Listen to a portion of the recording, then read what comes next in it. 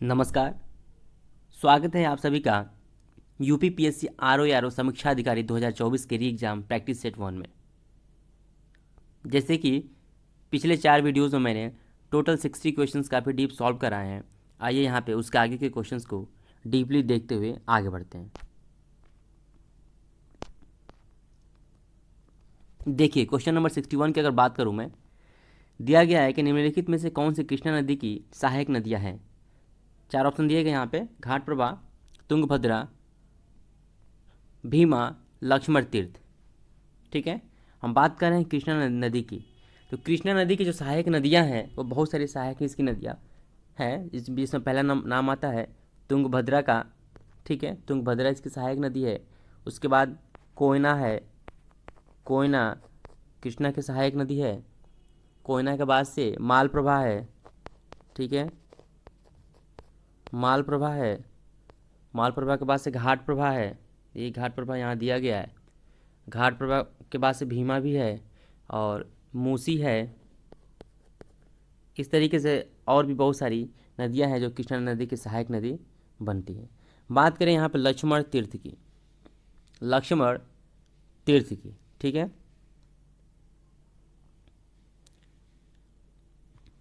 लक्ष्मण तीर्थ, ये देखिए, तो लक्ष्मण जो तीर्थ है ये ये कृष्णा नदी की सहायक नदी नहीं है। तो ऑप्शन नंबर यहाँ पे ये दिख रहा है आपका सी 1, 2 और 3, घाटप्रभा, भीमा और तुंगभद्रा, ये कृष्णा नदी की सहायक नदियाँ हैं। तो ऑप्शन नंबर सी करेक्ट हो जाएगा। चलिए आगे बढ़ते हैं। इसमें एक चीज़ और जान लेते हैं हम कि कृष्णा नदी द्रोणी का विस्तार कहाँ तक है। ये कहाँ, कृष्णा नदी का विस्तार कहाँ तक है, तो आप सभी ज्योग्राफी में पढ़े हैं कि कृष्णा नदी का जो विस्तार है, ठीक है,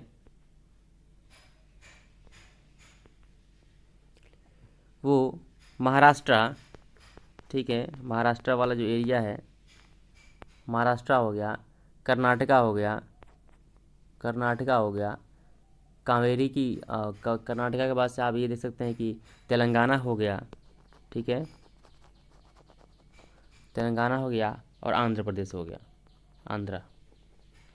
इन जगहों पे ये कृष्णा नदी बहती है। इन जगहों पे कृष्णा नदी बहती है।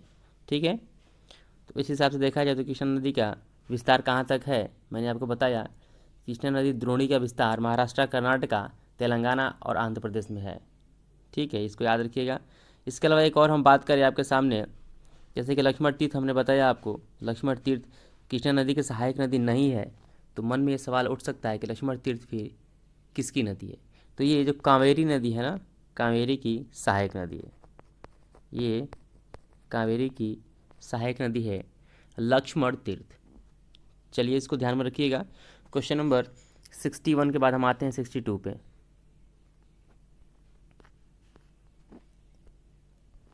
62 दिया है कि एशिया महाद्वीप में मानसूनी जलवायु मुख्यतः पाई जाती है। एशिया महाद्वीप में जो मानसूनी जलवायु है वो कहाँ पे पाई जाती है। ठीक है, ऑप्शन दिए गए हैं, 4 ऑप्शन दिए गए हैं, लेकिन उससे पहले स्टेटमेंट दिए गए हैं: दक्षिण एशिया में, पश्चिम एशिया में, ठीक है, दक्षिण पूर्वी एशिया में। बताना है इन तीनों में से कौन से स्टेटमेंट करेक्ट है। तो आइए मैं आपको समझाता हूँ। एशिया महाद्वीप में हम बात कर रहे हैं एशियन कॉन्टिनेंट की। ठीक है, एशियन कॉन्टिनेंट की बात करूँ मैं, एशिया महाद्वीप की बात करूँ, ठीक है, तो एशियन कॉन्टिनेंट में कौन सी जलवायु पाई जाती है? मानसूनी जलवायु। आप सभी इससे रूबरू हैं कि एशियन कॉन्टिनेंट में मानसूनी जलवायु देखने को मिलती है। ठीक है, और इसका विस्तार दक्षिण तथा दक्षिण पूर्व एशिया में पाया जाता है। साउथ एंड साउथ, ठीक है, दक्षिण, दक्षिण तथा दक्षिण पूर्व, south east, south and south east S वाले जो क्षेत्र हैं एशिया का, वहाँ पे मानसूनी जलवायु मुख्यतः पाई जाती है। ठीक है, तो भारत की जलवायु को मानसूनी जलवायु कहा जाता है, क्योंकि भारत भी देखा जाए तो एशिया महाद्वीप में है, पूर्णतः भारत एशिया महाद्वीप में है, तो यहाँ की जलवायु को मानसूनी जलवायु कहा जाता है। तो इस हिसाब से हमारे सामने जो ऑप्शन दिख रहे हैं, कौन कौन से स्टेटमेंट करेक्ट हो गए उसको देख लेते हैं। दक्षिण एशिया में ये करेक्ट है, मानसूनी जलवायु दक्षिण एशिया में है, दक्षिण पूर्व एशिया में भी करेक्ट है। तो इस हिसाब से फर्स्ट एंड थर्ड सही है, यानी कि ऑप्शन नंबर जो सी होगा वो करेक्ट हो जाएगा। ठीक है, चलिए क्वेश्चन नंबर 62 के बाद आते हैं 63 पे। दिया गया है लगभग 27 से 30 डिग्री उत्तर अक्षांशों के मध्य सक्रिय जेट धाराओं को निम्नलिखित में से किस नाम से जाना जाता है।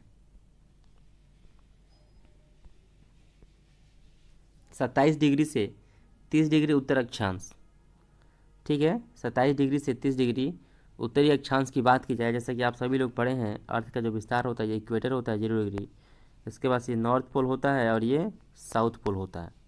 ठीक है, नॉर्थ पोल और साउथ पोल, तो 0 डिग्री जो विस्तार होता है ना, तो इसके बाद ये जो लगातार पैरेलल लाइन यहाँ पे पास करती है, इसे हम लोग क्या बोलते हैं, अक्षांश बोलते हैं। इसकी वैल्यू 90 डिग्री होती है नॉर्थ पोल की और साउथ पोल की। तो 0 डिग्री और 90 डिग्री के बीच में जो ये आपको वैल्यूज़ मिलेंगे, ठीक है, वो 27 से 30 डिग्री की वैल्यू आपको लगभग नियर अबाउट यहाँ पे दिख जाएगा। ये वाला जो एरिया है 27 से 30 डिग्री के आसपास का वैल्यू दिख जाएगा।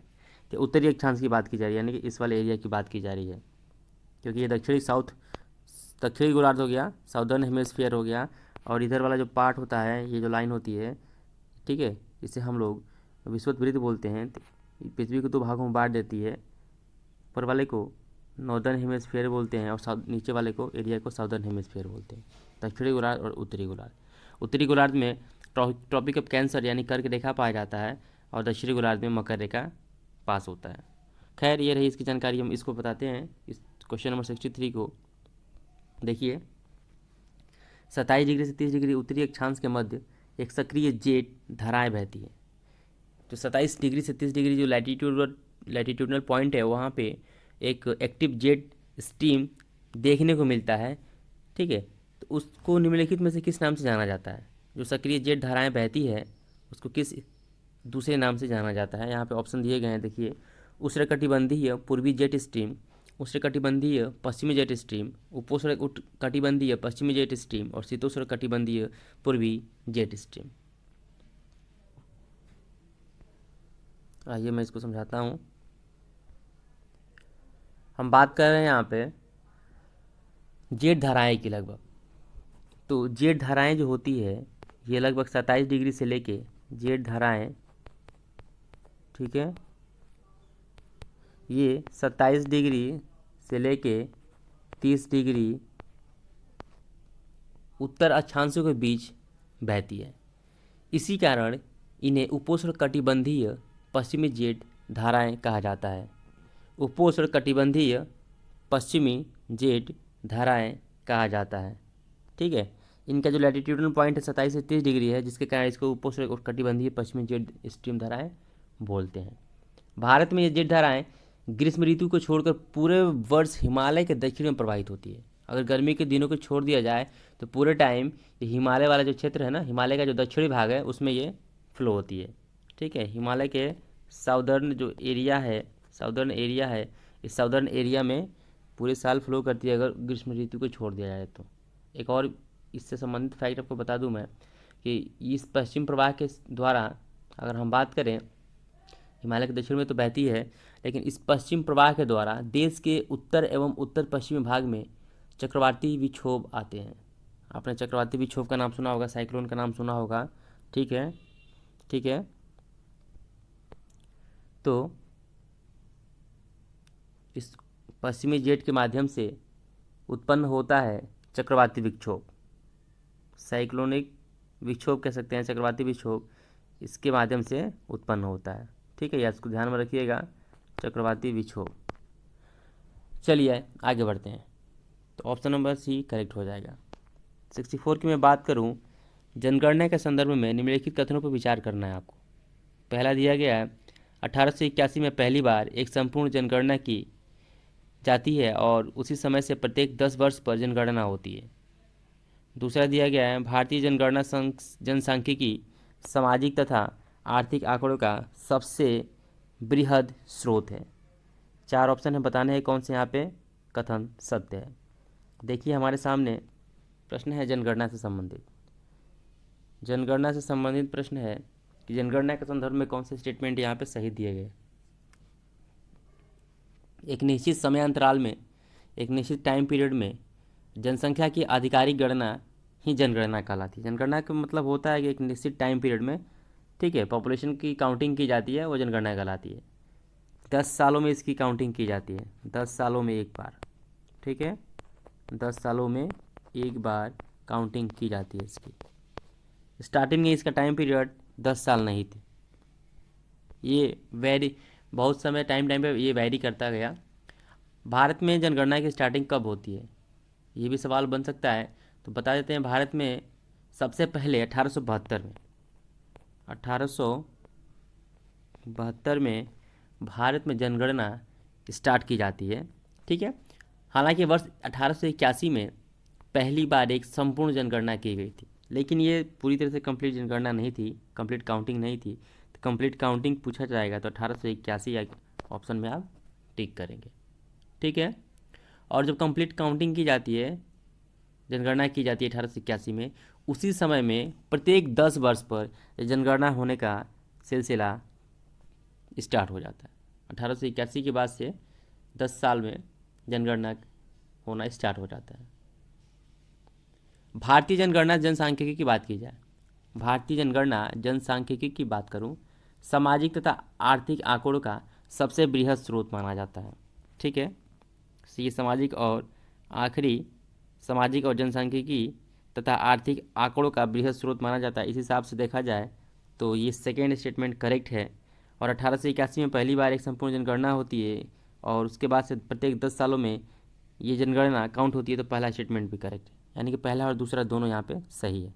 तो हम बात करें ऑप्शन किस में पहला और दूसरा दिया है, क्वेश्चन नंबर 64 का ऑप्शन नंबर डी करेक्ट हो जाएगा, ठीक है। आगे बढ़ते हैं। 65 की मैं बात करूं, दिया है सूची 1 और सूची 2, इन दोनों में जो भी टॉपिक दिए गए हैं उसको सही मिलान करना है आपको। सूची 1 में दिया गया है मानसूनी वन, विषुवत रेखीय वन, भूमध्य सागरीय वन, शंकुधारी वन। और सूची सेकंड में दिया गया है आलू बुखारा, जिसको प्लम बोला जाता है, एवं जैतून, चीड़ तथा फर, सागौन तथा साखू, और महोगनी एवं रोजवुड। 4 ऑप्शन दिए गए यहाँ पे और 4 यहाँ पे स्टेटमेंट है। आपको बताना है कि कौन किससे मैच करेगा, सही मैचिंग क्या है। आइए मैं आपको बता देता हूँ। देखिए मानसूनी वन, जो मानसूनी वन है ये सागौन तथा साखू से जुड़ा हुआ है। मानसूनी वन में सागौन और साखू देखने को मिलते हैं। वहीं विषुवती रेखीय वन की बात करें तो ऐसे क्षेत्र में आपको महोगनी और रोजवुड का प्रोडक्शन देखने को मिलता है। महोगनी, रोजवुड विषुवतीय रेखीय वन में इनका प्रोडक्शन होता है। और भूमध्य सागरीय वन की बात करूँ मैं, भूमध्य सागरीय वन की बात करूँ तो इसमें आलू बुखारा, प्लम जो है और एवं जैतून, इन दोनों का प्रोडक्शन देखने को मिलता है। यानी भूमध्य सागरीय वन में आलू बुखारा होता है और जैतून होता है ऐसे वाले क्षेत्र में। बच गया चीड़ तथा फर, ये शंकुधारी वन है, शंकुधारी वन में ये पाए जाते हैं। तो ध्यान रखिएगा, ये रहे इसके ऑप्शन। इस हिसाब से देखा जाए तो ए का देखिए थर्ड है, बी का फोर्थ है। इस तरीके से ए का थर्ड और बी का फोर्थ कहाँ पे दिख रहा है आपको, ये ऑप्शन सिर्फ दिख रहा है ए में। तो क्वेश्चन नंबर 65 का ऑप्शन नंबर ए करेक्ट हो जाएगा। चलिए आते हैं 66 पे हम। क्वेश्चन नंबर 66 बोला है डार्लिंग श्रृंखला ऑस्ट्रेलिया के निम्नलिखित तटों में से किस पर अवस्थित है। डार्लिंग श्रृंखला ऑस्ट्रेलिया के निम्नलिखित तटों में से किस पर अवस्थित। देखिए डार्लिंग है ये, इसको आप कोई भूल भी नहीं पाएंगे, इतनी अच्छा इतना बढ़िया वर्ड दिया गया है डार्लिंग। और ये एक नदी है जो ऑस्ट्रेलिया में पाई जाती है, ठीक है। तो डार्लिंग जो श्रृंखलाएं हैं ऑस्ट्रेलिया के किस तट पर अवस्थित है। 4 ऑप्शन दिए गए हैं, उत्तर पूर्वी तट, दक्षिणी तट, पूर्वी तट और दक्षिणी पश्चिमी तट। 66 नंबर।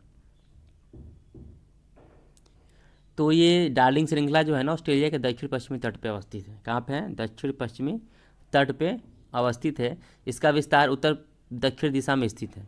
इसका अगर विस्तार की बात की जाए ना विस्तार कहाँ से कहाँ तक है, ये उत्तर दक्षिण दिशा में स्थित है, नॉर्थ साउथ डायरेक्शन में इसका विस्तार है। ठीक है। ऑस्ट्रेलिया एकमात्र एक ऐसा महाद्वीप है जो पूरी तरह दक्षिणी गोलार्ध में है। ऑस्ट्रेलिया एक ऐसा महाद्वीप है जो कम्प्लीटली साउदर्न, ठीक है, कम्प्लीटली साउदर्न हेमिस्फीयर में है। हम मकर रेखा की बात करें, मकर रेखा जो कि दक्षिणी गोलार्ध से पास होती है, मकर रेखा ऑस्ट्रेलिया महाद्वीप के मध्य से होकर गुजरती है। ऑस्ट्रेलिया महाद्वीप के मध्य से होकर मकर रेखा गुजरती है। ठीक है। इस महाद्वीप के पूर्वी तट पर ग्रेट डिवाइनिंग रेंज नामक पर्वत श्रेणी भी स्थित है। ऑस्ट्रेलिया महाद्वीप के जो पूर्वी तट है वहाँ पर एक ग्रेट डिवाइडिंग,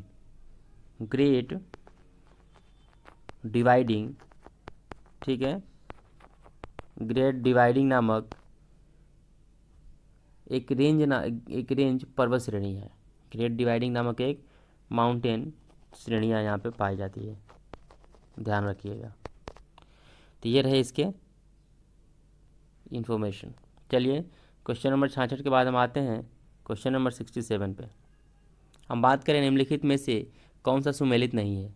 दिया गया है यहाँ पे भाषा और उसका देश, यानी कौन सी भाषा किस देश में बोली जाती है। बताने हैं कि कौन सी भाषा किस देश में बोली जाती है। इसमें से एक ऐसा है जो सही नहीं है, उसी को आपको आइडेंटिफाई करना है। भाषा है डेनिश, कंट्री है डेनमार्क। ठीक है, डेनिश और डेनमार्क। तो ये डेनमार्क देश में डेनिश भाषा बोली जाती है, करेक्ट है। नीदरलैंड की बात करें, नीदरलैंड में डच भाषा बोली जाती है, ये भी करेक्ट है। चाइना की बात करें, चाइना में मंदारिन भाषा बोली जाती है, चाइनीज़ के साथ मंदारिन भाषा बोली जाती है, ये भी करेक्ट है। और हम बात करें थाईलैंड की बात करें तो थाईलैंड में देखिए भाषा दिया है यहाँ पे। भाषा थाईलैंड की भाषा नहीं है, बल्कि जो थाईलैंड की भाषा है वो है थाई। क्या है, यहाँ पे थाई बोली जाती है। इस हिसाब से देखा जाए तो ऑप्शन नंबर जो डी है वो गड़बड़ है। ठीक है। तो हम बात करें फिर हमारे सामने तो ये भी तो ऑप्शन था भाषा का, तो भाषा है क्या, भाषा ये किस कंट्री में बोली जाती है। थाईलैंड का तो थाई हो गया, ठीक है, थाई हो गया। तो भाषा कहाँ बोली जाती है। भाषा ये इंडोनेशिया की आधिकारिक भाषा है, ये इंडोनेशिया की एक आधिकारिक भाषा है भाषा। चलिए आगे बढ़ते हैं। 68 की मैं बात करूं, निम्नलिखित नदियों में से कौन सी विषुवत रेखा को 2 बार पार करती है। कौन सी ऐसी नदी है जो विषुवत रेखा को 2 बार पार करती है। ठीक है, विषुवत रेखा यानी कि इक्वेटर की बात की जा रही है। इक्वेटर को 2 बार कौन सी नदी है, ठीक है, जो इक्वेटर को 2 बार कट करती है।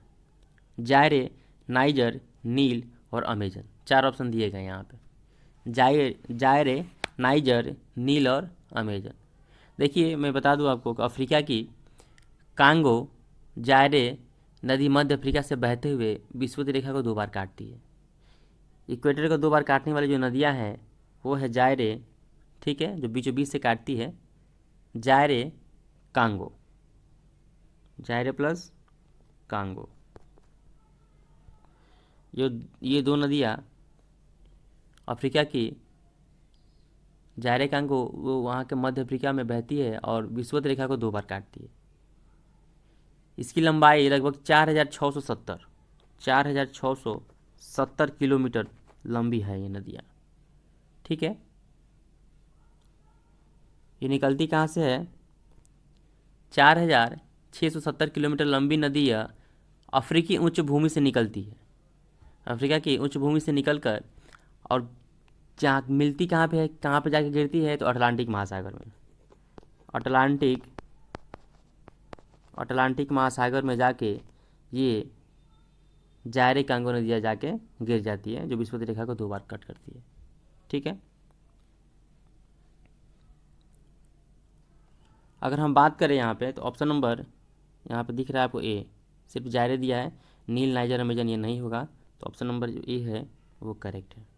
ठीक है, हम बात करें यहाँ पे कॉन्गो और कसाई नदी की, तो कॉन्गो और कसाई नदी ये जायरे की सहायक नदी है।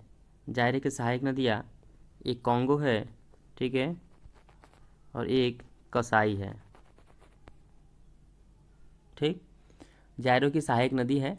वैसे ही अगर देखा जाए तो स्टैनली और लिविंगस्टोन एक जलप्रपात है, इसी नदी पर स्थित प्रमुख जलप्रपात है। ये भी पूछ सकता है कि इस नदी पे, जारी नदी पे स्थित एक जलप्रपात का नाम बताइए, ठीक है। तो एक स्टैनली है, ठीक है, स्टैनली है, और स्टैनली के बाद से है लिविंगस्टोन, ठीक है, लिविंगस्टोन।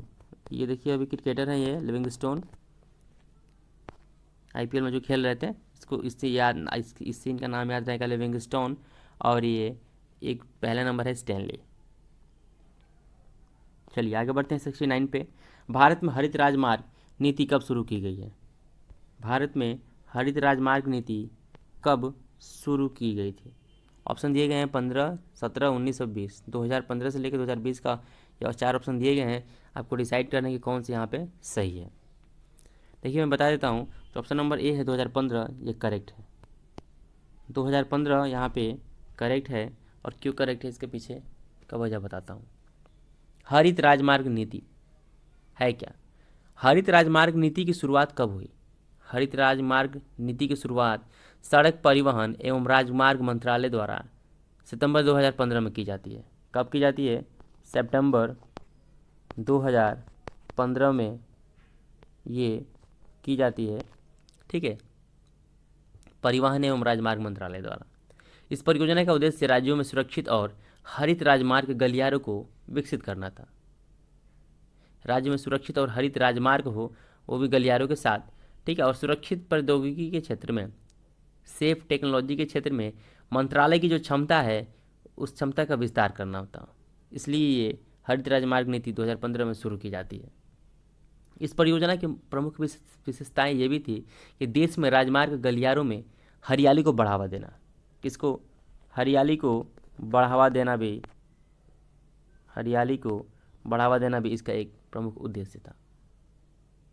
सतत विकास के मार्ग को प्रशस्त करना भी इसके उद्देश्य में शामिल था। इस हिसाब से देखा जाए तो ऑप्शन नंबर ए करेक्ट हो जाता है। हम बात 70 की करें, क्वेश्चन नंबर 70, तो इसमें दिया गया कि भारत में काली कपास मृदा की रचना निम्नलिखित में से किसके अपक्षय से हुई है? भारत में काली कपास मृदा की रचना निम्नलिखित में से किसके अपक्षय से हुई है? अपक्षय मतलब होता है डिकम्पोज, ठीक है, किसी चीज़ का विघटित हो जाना, टूट जाना। तो काली कपास की बात करते हैं। काली कपास मृदा, देखिए काली कपास मृदा में, काली कपास मृदा की बात करें, यानी इस मिट्टी में कपास की खेती होती है। कपास की खेती जनरली ब्लैक सॉइल में, काली मिट्टी में होती है, ठीक है। जैसे इंडिया में अगर इसकी बात की जाए तो वेस्ट बंगाल हो गया, आसाम हो गया, इस साइड में काली मिट्टी पाई जाती है, तो यहाँ पे इसकी खेती ज़्यादातर देखने को मिलती है। और इसके लिए बारिश की मात्रा भी पर्याप्त होना ज़रूरी है, रेन का होना ज़रूरी है, नहीं होगा तो इससे खेती प्रभावित होती है। चलिए तो हम इसको बता दें कि भारत में काली कपास मृदा की रचना जो है किसके अपक्षय से हो जाती है। पहला दिया गया भूरी वन मृदा, विदरी जिसको फिशर बोलते हैं, ज्वालामुखी चट्टान, ग्रेनाइट और सिस्ट, सेल और चूना पत्थर। 4 ऑप्शन दिए गए हैं, इन चारों में कौन सा करेक्ट आपको डिसाइड करना है। आइए मैं इसको समझा देता हूँ। देखिए भारत में जो काली मिट्टी होती है उसका एक और नाम है। भारत में जो काली मिट्टी है, इस काली मिट्टी को रेगुर मिट्टी के नाम से जानते हैं। किसे जानते हैं? इसको रेगुर मिट्टी भी कहा जाता है। कई बार पूछ देता है कि रेगुर मिट्टी क्या है। काली मिट्टी ही रेगुर मिट्टी कहलाती है, ठीक है। या काली कपास मिट्टी के नाम से भी जाना जाता है, या इसका और भी एक नाम है, काली कपास मिट्टी बोल सकते हैं आप, या लावा मिट्टी बोल सकते हैं। क्या बोल सकते हैं?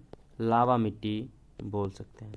देखिए काली मिट्टी के कई नाम हैं, लावा मिट्टी, रेगुर मिट्टी, काली कपास मृदा भी बोलते हैं इसको, जो कपास की फसल के लिए, कपास के उत्पादन के लिए सबसे बेस्ट मानी जाती है।